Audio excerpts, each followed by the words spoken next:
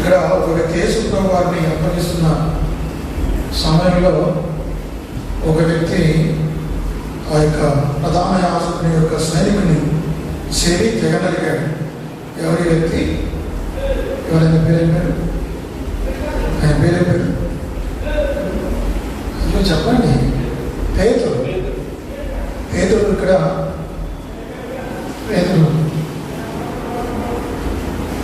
పేతురు చెవి తెగనలిగాడు. ఎందుకు ఇలా పేతురు చేశాడు? యేసు ప్రభు వారి బోధ ఇలా కాదు. యేసు ప్రభు వారి శిష్యులు ఎవరు కూడా ఇలా చేయకూడదు. 3.5 సంవత్సరాలు ప్రభుతో ఉండి ప్రభు బోధలు విని ప్రభు ఆయన చేసిన బోధ ఏమిటి? మీ శత్రువులను ప్రేమించుడి, మేము హింసించే వారి కొరకు ప్రార్థన చేయండి. అది ప్రభు చెప్పిన బోధ. దానికి భిన్నంగా ఈ పేతురు ప్రవర్తించాడు. కొన్నిసార్లు ఆకస్మికంగా అనుకోకుండా ఆవేశంలో ఇట్లాంటి పనులు చేస్తారు మన వాళ్ళు. కాబట్టి పేతురు ఇలా ఎందుకు తొందరపడ్డాడు? ఒక వ్యక్తిని చంపడానికి, నరహత్య చేయడానికి ఎందుకంత తెగించాడు?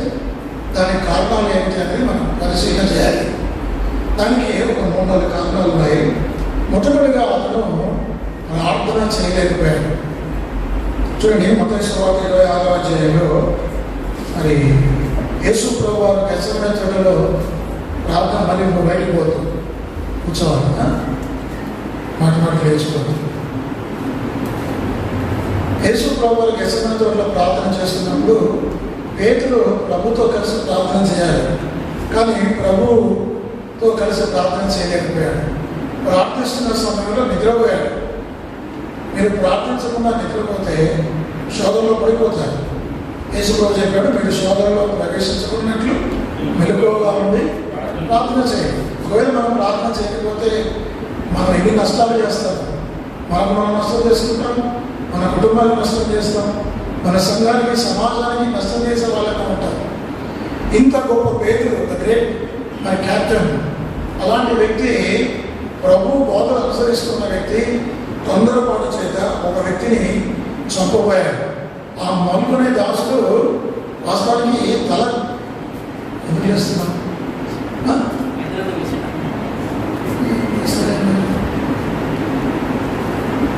ఎక్కడన్నా కొద్దిసేపు ఉంచగలరు.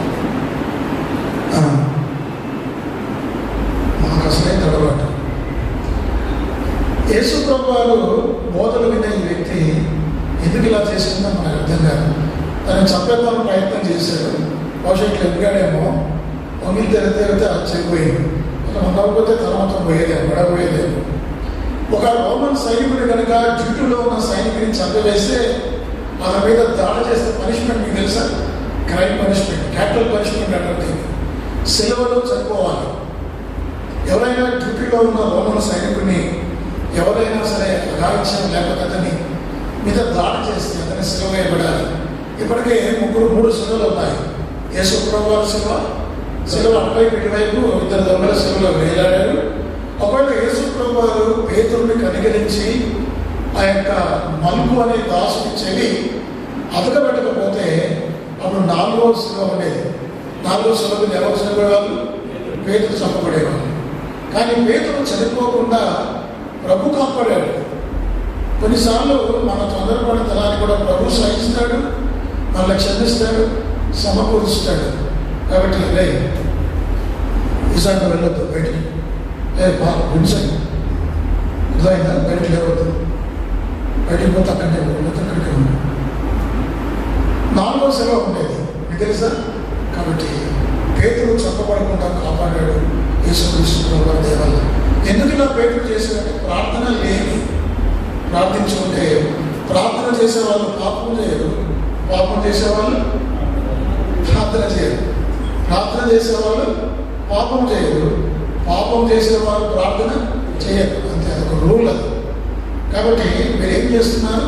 మీరు పరీక్షించుకోవాలి. పాపం చేస్తున్నావా? ఎందుకు మనం పాపం చేస్తున్నాము? ప్రార్థన చేయట్లేదు. పేతురు ఎందుకు చంపాలని ప్రయత్నం చేశాడు? ప్రార్థించాల్సిన సమయంలో నిద్రపోతున్నాడు. అది మొదటి. రెండవది ఏంటంటే దేవుని వాక్యాన్ని అనుసరించకపోవడం వల్ల మనుషులు పాపం చేస్తారు. మత్తయి సువార్త 26వ అధ్యాయం, మత్తయి సువార్త 26వ అధ్యాయం 30 1వ వచనం. అప్పుడు యేసు వారిని చూచి, ఈ రాత్రి మీరందరూ నా విషయమే అభ్యంతరపడతారు. ఏదైనా గొర్రెల కాపురుని కొట్టుదును, మందలోని గొర్రెలు చెదిరిపోవడానికి రాయబడి ఉన్నది కదా. నేను లేచిన తర్వాత మీకంటే ముందుగా గలిలయకు వెళ్ళేదని అందుకు పేతురు, నీ విషయమే అందరూ అభ్యంతరపడ్డాను, నేను ఎప్పుడూ అభ్యంతరపడ్డాను ఆయనతో చెప్పగా యేసు ప్రభువు వారి మాటలు అడ్డు వచ్చాడు. యేసు ప్రభు చెప్తున్నాడు, ఈ రాత్రి మీరందరూ నా విషయమే అభ్యంతరపడతారు అని చెప్పినప్పుడు ఏం చేయాలి? యాక్సెప్ట్ చేయాలి. యేసు ప్రభు వారి మాటను అడ్డు చెప్పవద్దు. యేసు ప్రభు వారి మాట అంటే దేవుని వాక్యం. దేవుని వాక్యానికి విరోధం చేయకూడదు. కాబట్టి తన పాపంలో ఓడిపోయాడు. అప్పుడు యేసు ప్రభు అన్నాడు, యేసు అతను చూసి 34, ఈ రాత్రి కోడి కూడిక మునిపే నీవు నన్ను ఎరగలని ముమ్మారు చెప్పుతావని నీతో నిశ్చయంగా చెప్పుతున్నాను. అప్పుడన్నా ఊరుకోవాలన్న పేదలు అక్కడ ఊరుకోవాలి. ప్రభు చెప్పాడు, ప్రభు ప్రవచించాడు, ఇది నిజం జరుగుతుంది అనుకోవాలి కదా. మళ్ళీ అడ్డు వచ్చి 35వ వచనం, పేతురు ఆయన చూచి, నేను నీతో కూడా సావవలసి వచ్చినను నేను ఎరగనని చెప్పాను, అదే ప్రకారం శిష్యులు అని చూశారు. పేతురు దేవుని వాక్యాన్ని అడ్డగించాడు. దేవుని వాక్యాన్ని అడ్డగించే వాళ్ళు ఎవరంటే సైతాను కదా. కాబట్టి ఈ వ్యక్తి ఒక వ్యక్తిని హత్య చేయకపోవడానికి కారణం ఏంటంటే దేవుని వాక్యానికి లోపడలేదు, దేవునికి ప్రార్థన చేయలేదు. ఇక్కడ కూర్చున్న మీరందరూ ఇక ఈ పాపం మీరు చేయకపోవచ్చు, కానీ ఏదో ఒక పాపం చేస్తారు. దేవుని వాక్యానికి విధేయత చూపించకపోతే, దేవునికి ప్రార్థన చేయకపోతే పాపంలో పడిపోతారు అన్నది వాస్తవం. మూడవది, ఇతను ఎందుకు పాపం చేశాడంటే ఎక్కడైతే ఉండకూడదో, ఎక్కడైతే కూర్చోకూడదో అక్కడ ఆయన కూర్చున్నాడు. మత్తయి సువార్త 27వ అధ్యాయం 69వ వచనం, పేతురు వెలుపడం ముంగిట కూర్చుని ఉండగా ఒక చిన్నది అతని ఎదుకు వచ్చి, నీవును గలిలయవు యేసుతో కూడా ఉంటుంది కదా అనేను. ఎక్కడ కూర్చున్నాడు ఆయన? దుష్టుల ఆలోచనతో నడవక, పాప మార్గంగా నిలవక, అపహాసకులు కూర్చున్న చోటను కూర్చుండక, యెహోవా ధర్మశాస్త్రమును ఆనందించు దివారాత్రము దాన్ని ధ్యానించేవాడు ధన్యుడు. అతడు నీటి కాలువ ఎవరు నాటబడినదై ఆకు వాడక తన కాలమంతా ఫలమించు చెట్టు వలె ఉండను. మరి అతను చేసేదంతయో కీర్తనలు జ్ఞాపకం పెట్టుకోవాలి, అవి మీరు కంఠపాఠం చేయాలి. కాబట్టి ఇతడు ఎక్కడైతే కూర్చోకూడదో అక్కడ కూర్చున్నాడు. చాలామంది సంఘ కూడిక ఎక్కడ ఉంటుంది, వారి కోరికలు, సంఘ ప్రార్థనలు, బైబిల్ పఠనాలు ఇక్కడ ఉంటే ఇక్కడ కూర్చోకుండా ఇంట్లో కూర్చొని టీవీలు చూస్తుంటారు, సీరియల్ చూస్తుంటారు, బయటకు వెళ్ళి ముచ్చట్లు టైం పాస్ ముచ్చట్లు పెడుతుంటారు. అదే పతనం, అదే మన పతనానికి దారితీస్తుంది. కూర్చోని స్థలంలో కూర్చోకూడదు, ఎక్కడ నిలబడకూడదు అక్కడ నిలబడకూడదు. మనకు చందని స్థలంలో మనం ఉండకూడదు. మనం క్రైస్తవం, దేవుని బిడ్డలం, ప్రత్యేకపరచబడిన పిల్లలు, మనం కాని స్థలంలోకి వెళ్ళకూడదు. ఎక్కడితే ప్రమాదం ఉందో దాన్ని గ్రహించి అక్కడి నుంచి బయటికి రావాలి. అక్కడ కూర్చోకూడదు, అక్కడ నిలబడకూడదు. కానీ పేతురు మనకు కూర్చున్న పహాసంలో ఒకవేళ ఆయన కూర్చోకపోతే ఆయన శోధింపబడతాడు. ఒక పనిపిల్ల వచ్చింది, ఒక సైనికుడు కాదు, ఒక వీరుడు కాదు, దేవుడు కాదు, ఎవరు వచ్చారు? పనిపిల్ల వచ్చి చెప్పి, నేను యేసు ప్రభుతో ఉన్నావు కదా, నువ్వు నజరేయుడైన గలిలయుడు కదంటే నేను అంటాడు, ఏమంటున్నాడు? అంతకన్నా ముందు ఏం చెప్పాడు? అబ్బా, నీ కొరకు నాకు ప్రాణం పెట్టవలసి వచ్చిన, చావలసి వచ్చిన, చాలా ప్రగల్భాలు కలిగిన ఈ పేరులో ఒక చిన్న దాని చేతిలో పడిపోయాడు. గుట్టు పెట్టుకుంటున్నాడు. 70వ వచనం, అందుకతడు నేను ఉండలేదు, నీవు చెప్పు సంగతి నాకు తెలియదని అందరూ ఎదుట అని. 73, 72, అతడు ఒట్టు పెట్టుకుని నేను ఉండలేదు. ఆ మనిషి నేను చదువుతున్నాయి, నువ్వు చదివితే నేను చదివితే అది ఇక్కడ గందరగోళమైంది. నేను అడిగాను మరలా చదివాను. కొంతసేపు అయిన తర్వాత అక్కడ నిలుచున్న వారు పేతురులకు వచ్చి, నిజమే, నీవును వారిలో ఒకడివే, నీ పలుకు నేను కూర్చి సాక్ష్యం ఇస్తున్న అతనితో చెప్పి, అందుకతడు ఆ మనుషులు నేను అడిగని చెప్పి శపించుకోవడము, ఒట్టు పెట్టుకోవడము మొదలు పెట్టాను. వెంటనే కోడి వస్తాడు. ఎంత దౌర్భాగ్యమైన స్థితిలో యేసు ప్రభుతో 3.5 సంవత్సరాలు ఉండి శిష్యరికం చేసి ఆయన బోధలు విని అన్ని విధాలు నేర్చుకొని ఇప్పుడు ఆయన ఎవరో నేను ఎరగనని బొమ్ముతున్నాడు. ఇస్కరియోతు యూదా చేసిన పాపానికి, పేతురు చేసిన పాపానికి తేడా చెప్పండి. ఇద్దరు ఒకేలాంటి ఆయన అప్పగించాడు, నేనేమి అడగడానికి కొరికాడు. చూసారా, ఇంకా నరాత్రి చేయబోయాడు. కాబట్టి ప్రమాదం అనేది కొంచెం ఉంది. దేవుని బిడ్డలు ప్రమాదంలో ఏమైంది వీడికి బయట కూర్చోదు అక్కడ చెట్టు కింద. కాబట్టి ఆ ప్రమాదం వచ్చింది మనకు. మీరు కనుక అజాగ్రత్తగా నిర్లక్ష్యంగా నేనైనా మీరైనా ఎవరైనా ఎంత గొప్పవారైనా ప్రార్థించకపోతే లేకపోతే శోధపడిపోతారు. దేవుని వాక్యాన్ని చదవకపోతే, దాన్ని అనుసరించకపోతే, దేవుని వాక్యాన్ని అడ్డగిస్తే పాపంలో పడిపోతారు. ఎక్కడైతే మనం ఉండకూడదో అక్కడ ఉంటే మనకి కాని చూడగలిగిన మీరు ఉన్నారా, పాపంలో పడిపోతారు. కాబట్టి మనం ప్రత్యేకమైన వారు. మనం ఉండే స్థలాలు లేదు, మనం నివసించే విధానం లేదు. దానికి మనకు తగినట్లుగా మనం జీవించాలి. ప్రభువులకు తగినట్లుగా మనం జీవించాల్సిన అవసరం ఉంది. ఈ 3 కారణాలు. కాబట్టి ఒక వ్యక్తిని హత్య చేయబోయారు. వాస్తవానికి పేతురు వాడాల్సిన కత్తి అది కాదు. పేతురు వాడాల్సిన కత్తి అది కాదు. చూడండి 2వ కొరింథీ 10వ అధ్యాయం. 2వ కొరింథీ 10వ అధ్యాయం 4-5 వచనాలు 3 నుంచి చదువుతాం. మేము శరీరదారులమై నడుచుకొనుచున్నాము, శరీర ప్రకారం యుద్ధం చేయము. మా యుద్ధోపకరణములు శరీర సంబంధమైనవి కావుగాను దేవుని ఎదుట దుర్గములను పడద్రోహించాలంత బలము గలవైనవి. మేము వితర్కములను దేవుని కూర్చిన జ్ఞానమును అడగించు ప్రతి ఆటంకమును పడద్రోసి ప్రతి ఆలోచనను క్రీస్తుకు చిత్తబడినట్లు చెరబట్టి మీరు సంపూర్ణ విధేయతను కలవలసినప్పుడు సమస్తమైన అవిధేయతకు ప్రతిదండన చేయించబడి ఉన్నాము. మన యుద్ధోపకరణాలు, మన వాడే కత్తులు, కటాలు, డాలు ఇదిగా మీకు ఫుల్ ఆర్మర్ ఆఫ్ గాడ్ దేవుడి సర్వాంగ కవచంలో అక్కడ రాయబడ్డాయి. ఏది వాడాలి, ఏ కత్తి వాడాలి. మనం ఎఫెసీయులకు రాసిన పత్రిక 6వ అధ్యాయం, ఎఫెసీ 6వ అధ్యాయంలో ఆ చివరి భాగంలో ఉంటుంది 17వ వచనం. మరియు రక్షణ శిరస్నానమును దేవుని వాక్యమును ఆత్మ ఖడ్గమును ధరించుకుని, దేవుని వాక్యమనే ఆత్మ ఖడ్గాన్ని ధరించుకోవాల్సిన పేతుడు ఒక తప్పుడు ఆదాయం కదా, తప్పుడు ఆయుధాన్ని ఉపయోగించాడు, ఒక కత్తిని ఉపయోగించాడు. యేసు ప్రభువు మీ దగ్గర కత్తులు ఉన్నాయా అంటే అవును ప్రభువు మా దగ్గర 2 కత్తులు ఉన్నాయి. యేసు ప్రభు ఆ కత్తులు తెచ్చుకొని చెప్పలేదు. యేసు ప్రభు 2 కత్తులు అంటే ధర్మశాస్త్రం పాత నిబంధన, కొత్త నిబంధన.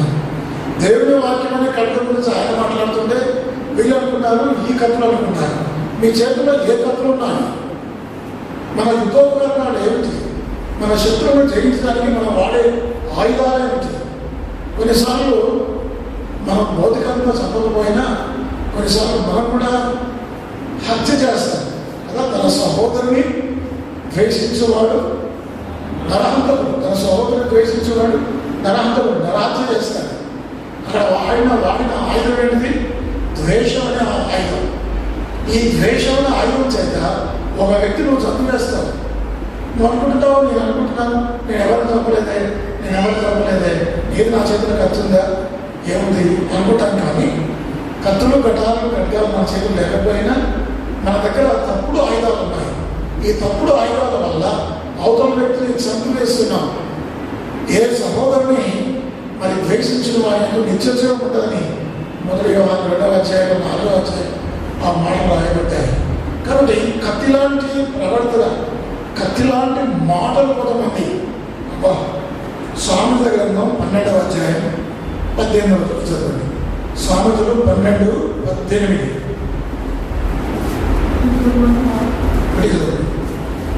చదవండి. కత్తిపోటు వంటి మాటలు పలుకువారు కలరు, జ్ఞానుల నాలుక ఆరోగ్యదాయకం. కొంతమంది మాటలు ఎట్లా ఉంటే కత్తిపోటులా ఉంటాయి. మాటల ద్వారా అవతల వ్యక్తిని చంపేస్తాం.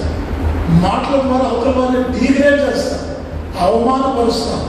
మన మాటల్లో అవతల వారిని ఎంత బాధ పెడతాయో మనకు తెలియదు. మరి ఆవేశంలో, కోపంలో టకటక మాట్లాడతాం కానీ మనం వెనక్కి తీసుకోవాలి. పెదవుల నుంచి వచ్చిన మాట మళ్ళీ వెనక్కి రాదు కదా. పీటర్ వింటున్నాం అందరూ. కాబట్టి మన మాటలు మనం అనుకుంటున్నాం కత్తులు, కడాలు అనుకుంటాం. కానీ ఇవి కత్తుల కంటే, తెలుగులో ఒక సామెత ఉంది, కత్తి కంటే చెప్పండి, కత్తి కంటే రాదా మీకు? కళ్ళ గొప్పది. పూర్ణ నేను తెలిసిపోలేదు అతను. కత్తి కంటే కలం గొప్పది. కత్తి కంటే, భౌతికమైన కత్తి కంటే దేవుని వాక్యం ఇది కూడా కలం చేత రాదు. దేవుని వాక్యం దేంతో రాశారు? దేంతో రాశారు? కలంతో రాశారు. భౌతికమైన కత్తి కంటే దేవుని వాక్యం, కలంతో రాయబడిన దేవుని వాక్యం గొప్పది. ఇది రెండంచెల బాడీ అయిన ఖడ్గం. భౌతికమైన కత్తి మనిషి శరీరంలో దూరుతుంది, మనం చంపివేస్తుంది. కానీ దేవుని వాక్యం అనే ఖడ్గం అలాంటిది, మనిషిని బ్రతికిస్తుంది, నిత్య జీవం కొరకై అర్థం తీసుకుని వెళ్తుంది. ఎబ్రీలకు రాసిన పత్రిక 4వ అధ్యాయం 12వ వచనం. ఎబ్రీ 4. ఎందుకనగా దేవుని వాక్యం సజీవమై బలము గలదై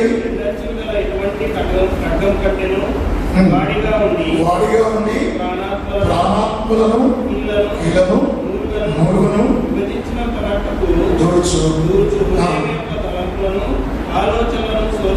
చూసారా? దేవుడి వాక్యం సజీవమైనదట.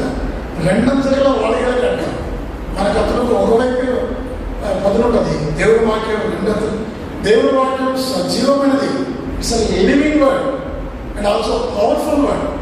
బలమైనది, సజీవమైనది. ఈ యొక్క దేవుని వాక్యం హృదయంలోకి వెళ్తుంది. భౌతికమైన కత్తి మైండ్ చేతిలో వెళ్తుంది, గుండెల్లో పొడుస్తాడు. కానీ ఈ మధ్యలో నేను పోస్ట్ పెట్టాను. ఆస్ట్రేలియాలో ఒక బిషప్ మీద చూశాను కాదు, ప్రపంచవ్యాప్తంగా బయలుదేరారు. మీరు కూడా ఏంటయ్యా, ప్రపంచవ్యాప్తంగా బయలుదేరింది. ఆయన కూర్చొని వాక్యం చెప్తున్నాడు చర్చిలో. ఒక 16 ఏళ్ళ ఎవరోసుకు వెళ్ళి చిన్న కత్తి తీసుకొని వెళ్ళి నడుచుకుంటూ ఆయన మీద వెళ్ళాడు. మళ్ళీ ఇట్లా పొడుస్తున్నాడు, కింద పడిపోయాడు. తర్వాత అందరూ పరిగెత్తుకొని వచ్చారు. అతను గాయపడ్డాడు, హాస్పిటల్ అడ్మిట్ అయ్యాడు. కానీ దేవదేవాలు బ్రతికాడు. ఆయన చెప్పిన స్టేట్మెంట్ ఏంటంటే చాలా గొప్పగా రాశారు. నేను స్టేటస్ నుండి వెళ్ళేదనుకుంటా, ఆ మాటలు విన్నాను. ఎంత చక్కగా మాట్లాడాడు ఆయన, ఎంత గొప్పగా మాట్లాడాడు. మరి యేసుక్రీస్తు ప్రభువాన్ని నేను కృతజ్ఞతలు చెప్తున్నాను అన్నాడు. ఆ బిడ్డను ఎవరు కూడా నేను క్షమిస్తున్నానని చెప్పాడు. వాడు కత్తి చేత ఈయన చంపించాలని ప్రయత్నం చేశాడు. ఆ యవనస్తుడు 16 ఏళ్ళ వాడు భౌతికమైన కత్తి చేత అతని మీద ప్రయోగించాడు. కానీ ఆ బిషప్ పెద్ద ఆయన మరి ఇతని మీద ఏం ప్రయోగించాడు? ఆత్మీయమైన దేవుని వాక్యమైన ఖడ్గం ప్రయోగించాడు. రోమా 12వ అధ్యాయం చూడండి. రోమా మనం ఎలా ప్రవర్తించాలి? రోమా 12:20.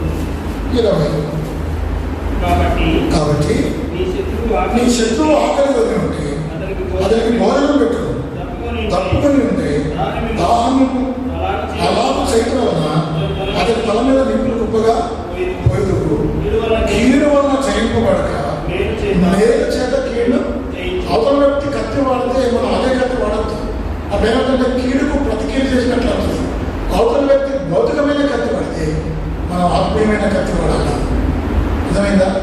ఆ వ్యక్తి ఇదే పేతురు సంవత్సరాల తర్వాత, కొన్ని నెలల తర్వాత, సంవత్సరాలు కొన్ని రోజుల తర్వాత, కొన్ని రోజులే ఎక్కువ 2 నెలల తర్వాత ఏం జరిగిందంటే ఇదే పేతురు దేవుని వాక్యం అనే ఖడ్గాన్ని ఉపయోగించారు.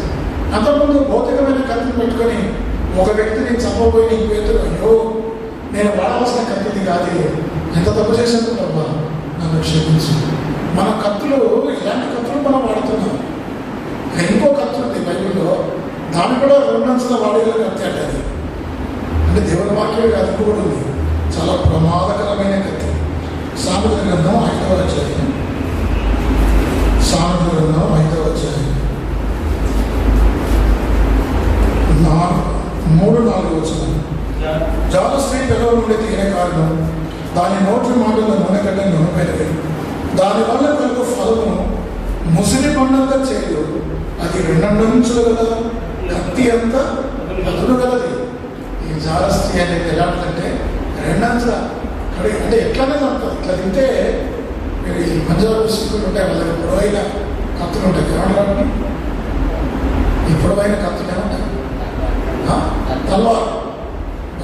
అవి తల్వార్లు ఎక్కడ తింటే అవి మనుషులు చంపేస్తాయి. 2 అంచుల కత్తి లాంటిది. ఈ జారస్త్రీ ఎలాంటిదంటే 2 అంచుల పదును గల కత్తి లాంటిది.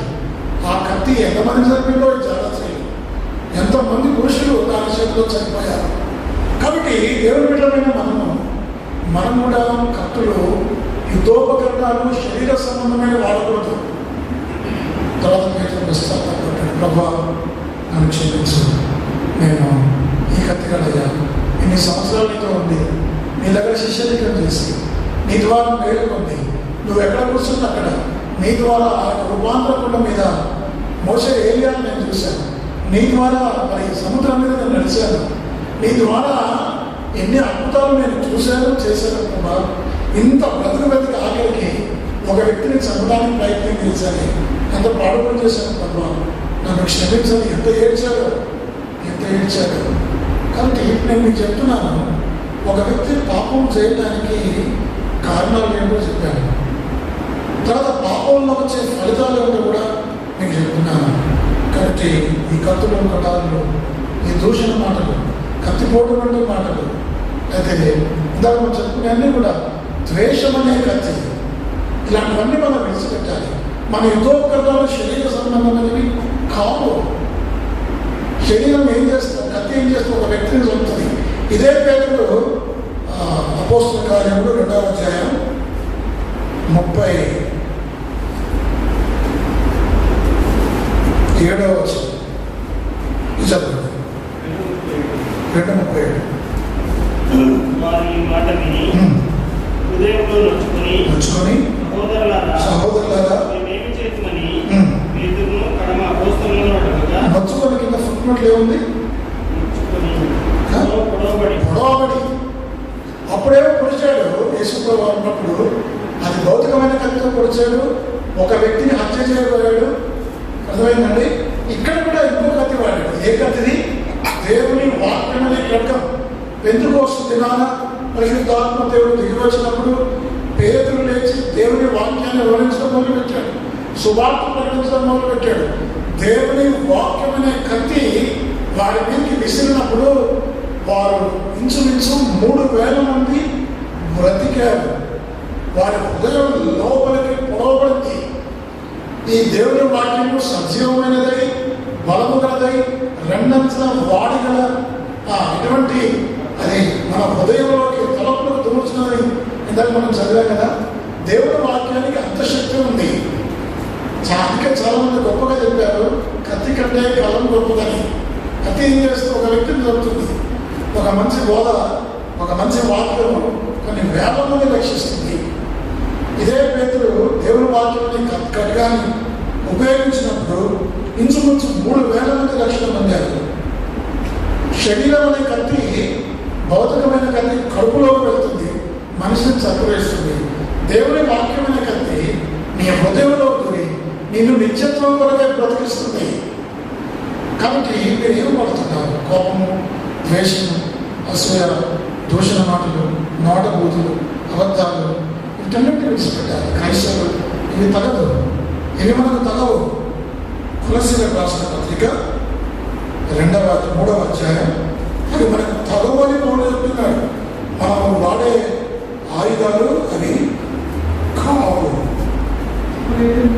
ఇప్పుడైతే మీరు కోపము, ఆగ్రహము, దుష్టత్వమును, దూషణ, నోటబూతులు,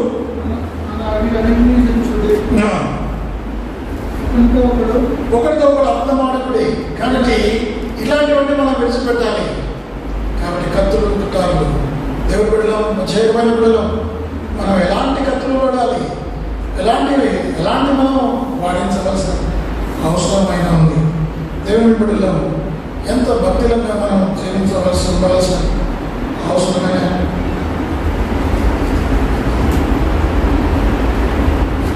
అపోస్తల కార్యము 21వ అధ్యాయము 15వ వాక్యం.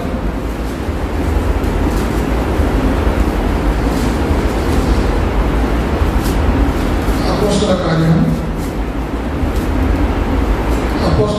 2వ అధ్యాయం మనం చదివాం కదా. కాబట్టి దేవుని వాక్యం చేత పురోగైనప్పుడు ఆ దినం 3,000 మంది మారుమనసు పొందారు. ఇప్పుడు మీ చేతిలో ఏం కత్తుంది చూడండి. The sword of steel, the sword of word. అర్థమైందా? స్టీల్తో, ఉప్పుతో తయారు చేసిన కత్తి ఉందా మీ చేతిలో? దేవుని వాక్యం అనే ఖడ్గం మీ చేతిలో ఉందా? ఎవరికి వారు పరిశీలన చేసుకోవాలి. చాలా ఏళ్ళ క్రితం ఒక రౌడీ షీటర్ ఉండేవాడు ఒక ఊళ్ళో. చాలా భయంకరమైన విచ్చలవిడి పాపం చేసేవాడు. రౌడీజం, హత్యలు చేసేవాడు, బందిపూడి దొంగలు చేసేవాడు, ఎన్నో రకాల చెడ్డ పనులు చేసేవాడు. ఆ వ్యక్తి ఎప్పుడు చూసినా తన చేతిలో ఎప్పుడో ఒక కత్తి ఉండేది. ఆ కత్తి పట్టుకొని తిరిగేవాడు. ఎంతోమందిని గాయపరిచాడు, ఎంతోమందికి నష్టపరిచాడు ఆ వ్యక్తి. అయితే ఒక రోజున ఏమైందంటే, ఒక రోజున పోలీసులకు పట్టబడ్డాడు. ఈ పోలీసులో తర్వాత జరిగింది ఏంటంటే,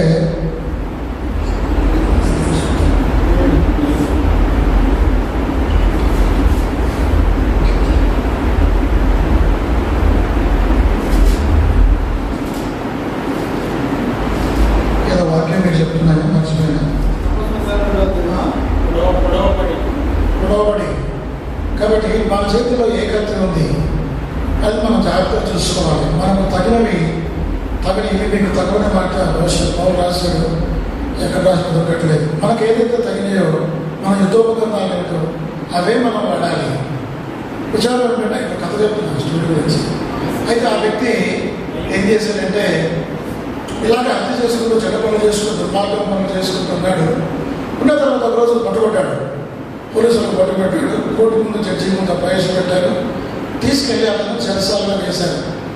చెరసాలలో వేయబడిన తర్వాత చాలా సంవత్సరాలు చెరసాలలో ఉన్నాడు. తను నిరాశ నిస్పృహలో కుంగిపోయాడు. తను చేసిన తప్పిదాలను బట్టి, తను చేసిన ఇంతకాలం తను చేసిన చెడు పని అంతా జ్ఞాపకం వస్తుంది. కన్నీరు కార్చాడు, ఏడ్చాడు, డిప్రెషన్లో ఏమయ్యాడు, విచారించడం మొదలుపెట్టాడు. నేను ఎందుకు ఈ గిల్టీ ఫీలింగ్ అంటారు కదని ఇది అతను బాధ పెట్టింది. అలాంటి పరిస్థితిలో కొంతకాలం చెరసాలలో ఉన్నప్పుడు ఒక సువార్తుడు, గొప్ప సువార్తుడు ఆ చెరసాలకు వెళ్ళాడు. వెళ్ళి దేవుని వాక్యాన్ని ప్రకటించడం మొదలుపెట్టాడు. అయితే ఆ రౌడీ షీటరు దేవుని వాక్యాన్ని వినడానికి ఇష్టపడలేదు. చాలాసార్లు ఈ సువార్తుడు అంటే ఇప్పుడు కూడా సువార్త జైల్లోకి వెళ్ళడానికి మనకు అనుమతిస్తారు. అయితే అతను పదే వెళ్ళి ఈ వ్యక్తికి సువార్త ప్రకటించడం మొదలుపెట్టాడు. అప్పుడు అతను అడిగాడు, నేను ఇంత ఘోరపాపని హత్య చేశాను, అంతకుని నన్ను మీ యేసు ప్రభు వారు క్షమిస్తాడా అంటే ఆ సువార్తకు అన్నాడు, మరి మీలాంటి వారి కోసం యేసు ప్రభు వారు ఈ లోకానికి వచ్చాడు. ఆయన పాపమును ప్రేమించాడు. తను శిలువ వేసిన వారిని సైతం ఆయన క్షమించాడు. హంతకులను, మరి వ్యభిచారులు, హంతకులు, ఘోరమైన పాపం చేసిన వారు, అలాంటి వారిని యేసు ప్రభు వారు క్షమించాడు. కాబట్టి యేసు ప్రభు వారు నిన్ను కూడా క్షమిస్తారని చెప్పి యేసు ప్రభు వారి యొక్క ప్రేమ సువార్త ప్రకటించడం మొదలుపెట్టాడు. చాలాసార్లు ఆ వాక్యాన్ని విన్న తర్వాత ఒక రోజు తన జీవితాన్ని యేసు ప్రభు వారికి అంకితం చేసుకున్నాడు. ఆ తర్వాత జైలులో తన సువార్త విని రక్షణ పొందిన తర్వాత తన ప్రవర్తన మారింది. తన ప్రవర్తన కలిగి ఇతరులకు మేలు చేసేవాడయ్యాడు, సహాయం చేసేవాడయ్యాడు. కొంతకాలం తర్వాత తన ప్రవర్తన చూసి జైలు అధికారులు అతను విడుదల చేశారు. విడుదల చేసేటప్పుడు అతను ఒక కత్తిని పట్టుకుని బయటకు వచ్చాడు. ఏమిటా కత్తి? దేవుని వాక్యమే ఆత్మకాడు. వెళ్ళేటప్పుడు భౌతికమైన కత్తి, స్టీల్ కత్తి, ద స్వర్డ్ ఆఫ్ స్టీల్ ఉపయోగించి వెళ్ళాడు. వచ్చేటప్పుడు ఏంటంటే ద స్వర్డ్ ఆఫ్ వర్డ్, దేవుని వాక్యం అనే ఆత్మకట్టు. తర్వాత బయటకు వచ్చిన తర్వాత అనేకులకు సాక్ష్యం చెప్పాడు. యేసు ప్రభు వారి ప్రేమను ఇతరులకు వివరించాడు. యేసు ప్రభు వారు తన జీవితాన్ని ఎలా మార్చాడు. అంతకును నేను, మోసగాన్ని నేను, ఎన్నో దొంగతనాలు, దౌర్జన్యాలు చేసిన నన్ను ప్రభు ఎలా క్షమించారని చెప్పి తన సాక్ష్యాన్ని కలుపుతూ సువార్తను ప్రకటించినప్పుడు కొన్ని వందల మంది రక్షించబడ్డారు. కాబట్టి మనము ఎలాంటి కత్తులు వాడుతున్నాం? మన మాటలు కత్తిపోటు వంటి మాటలు ఉన్నాయా? మన ఆలోచనలు కత్తిపోటు వంటి ఆలోచన? మన ఇతరులను ద్వేషం చేత అవతల వ్యక్తులు చంపించి వేస్తున్నామా? యేసు ప్రభువారు మరి తన సహోదరుని ద్వేషించేవాడు ఆయన కూడా చెప్పాడు కూడా మీకు ప్రశ్న ఎలాంటి ఆయుధాలు మనం వాడుతున్నాము. కాబట్టి మనకు తగని ఆయుధాలు, పేదలు ఒక తప్పుడు ఆయుధాలు పట్టుకున్నాడు. కాబట్టి మనం కూడా ఈ తప్పుడు ఆయుధాలు వెళ్ళకూడదు. మన యుద్ధోపకరణంలో శరీర సంబంధమే కావు కానీ బలమైన దుర్గంలో పడద్రోయదాలంతా శత్రువు యొక్క అపవాది యొక్క బలమైన దుర్గం. దాన్ని పడద్రోయాలంటే ఏ కత్తులు కొట్టాలి సరిపోదు. దేవుని వాక్యమే కడతాం, దేవుడికి ప్రార్థన చేయటం, దేవుని వాక్యాన్ని ధ్యానించడం, దేవుని వాక్యానికి లోబడటం, మన పరిశుద్ధ బిడ్డల సహవాసాన్ని కోరడం, మాటి మాటికి మందిరానికి రావటం, ఎక్కడ కూర్చోకూడదు అక్కడ కూర్చోకూడదు, ఎక్కడ ఉండకూడదు అక్కడ ఉండకూడదు. అలా చేస్తే మనకు మనం ప్రయోజనం చేసుకున్న వాళ్ళం అవుతాం, మన కుటుంబానికి మేలు చేసిన వాళ్ళం అవుతాం, మన సంఘానికి మన సమాజానికి మనం ప్రయోజనం అవుతాం. కాబట్టి పేతురు జీవితం ఒక చక్కని ఉదాహరణ. తప్పుడు ఆయుధాలు ఉపయోగించాడు. ఒకవేళ ఆ దినం యేసు ప్రభువు పేతురును కనికరించకపోతే పేతురు అప్పుడే చనిపోయేవాడు, చంపబడేవాడు. మనం చాలాసార్లు తప్పులు చేస్తున్నాం. ప్రభు వల్ల క్షమిస్తున్నాడు, ప్రభు వల్ల సహిస్తున్నాడు. ప్రభు కనుక మళ్ళీ తీసుకురాలని ఒక క్షణం పట్టదు. కానీ ప్రభు దీర్ఘశాంతం కలిగాడు. ఎన్ని దురాలోచనలు చేసినా, ఎన్ని చెడ్డ పనులు చేసినా, ఎన్ని అబద్ధాలు ఆడినా, ఎన్ని తప్పుడు ఆదాలు పెట్టినా, కత్తిపోటు వంటి మాటలు ఉపయోగించిన, ద్వేషాన్ని కడుగా వాడినా మరి దేవుడి వల్ల క్షమిస్తున్నాడు. పేతురు పశ్చాత్తాపడినట్లుగా మనం కూడా పశ్చాత్తాపడితే అదే పేతురు, ఏ వ్యక్తి అయితే చంపాలనుకున్న పేతురు, అదే వ్యక్తి ఆ తర్వాత దేవుని వాక్యం అనే ఖడ్గాలు ఉపయోగించి కొన్ని వేల మంది, పేతురు మొదటిసారి ప్రసంగించినప్పుడు 3,000 మంది రక్షణ ఉంది. తర్వాత ప్రసంగించినప్పుడు ఎంతమంది రక్షించబడ్డారు? 4వ అధ్యాయంలో 5,000 మంది రక్షించబడ్డారు. చూసారా? వేలకు వేలు కౌలు సంపూర్ణుల్ని సంఘంలోకి చేర్చాడు. ఒక మంచి ఆయుధం. నీ తోపుగాను ఏంటి? నీ శత్రువు బలమైన వాడు, వాడిని నువ్వు ఎదిరించాలంటే నీ ఆయుధం నీ చేతిలో ఉండాలి. విశ్వాసమే కావాలి, దేవుని వాక్యమైన ఆత్మకర్గం, సత్యమనే గట్టి, నీతి అనే నైవాడు, దేవుని రక్షణకి శిరస్త్రాలు, ఇవి వాడకుండా భౌతికమైన విధానంలో కీడు చేయడం, దూషించడం వాళ్ళని దూషించడం, శపించడం వాళ్ళని శపించడం, దీనివల్ల ఇద్దరు నష్టపోతారు. మనం ద్వేషించిన వ్యక్తిని ప్రేమించినప్పుడే మన గొప్పతనం తెలుస్తుంది. దూషించడం వాళ్ళని దూషించడం పెద్ద గొప్ప సంగతి కాదు. విమర్శించడం వాళ్ళని విమర్శించడం, any fool can do this. అర్థమైందండి? ఎవరైనా అన్నిట్లు చేస్తారు, వాటిని తెచ్చాడు నేర్పడతారు. అది సాధ్యమే. క్రైస్తవులు అది కాదు. కీడుకు ప్రతి కీడు చేయగలరు. మరి నీ శత్రువు ఆకలి పెట్టి దాని మీద దానికి దాహం పెట్టిండు, దానికి ఆహారం పెట్టిండు, అప్పుడు అతని మీద నిపుణులకు ఉపకారం. కీడు చేత కీడు చేయక మేలు చేత కీడు జయించాలి. మన యుద్ధోపకరణాలు సరైన ఆయుధాలు మన చేతిలో ఉండాలి. Full armour of God. మన ఒక సైనికుల వంటి వాడు. ఇప్పటికే మనం యుద్ధంలో ఉన్నాం. We are in the field of battle ground కదా. మన శత్రువుతో మనం పోరాడుతున్నాం. తిమోతికి రాసిన 2వ పత్రిక, తిమోతికి రాసిన 2వ పత్రిక 2వ అధ్యాయం